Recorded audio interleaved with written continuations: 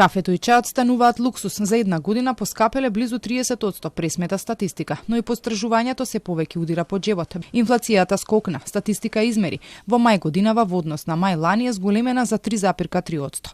Продолжува растот на цените и кај овошето и зеленчукот, а за една година скок од речиси 17% има и кај безалкохолните пијалаци. Сериозно поскапување за една година е забележано и кај помошните медицински услуги. За 26% скокнале цените за бајнско лекување, домашна лекарска посета, но и на систематските прегледи. Поскапување има и кај услугите за рекреација и за култура, а се повисоки цени има и во ресторанските менија и сместувачките капацитети.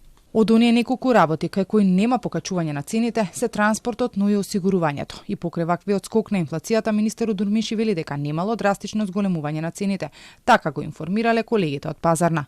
Од тоа што имам информирано вака усно од директорот од Државен пазарен инспекторат е дека немаме драстично зголемување на цените на основните прехранбени производи, така таму каде што е интересот на нашите граѓани.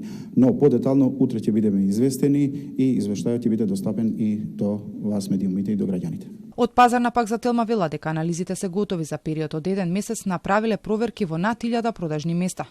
Забележале одредени покачувања, но тврдат имало и намалување на цените кај зеленчукот и овошето, односно кај сезонските производи. И новиот гувернер Славевски, кога стапи на функција, кажа дека зимјава мора да ја следи инфлацијата во ЕУ, каде последните бројки покажуваат дека е околу 2%. Инаку владините проекции се дека годинава ќе се заврши со стапка на инфлација од 2,5%.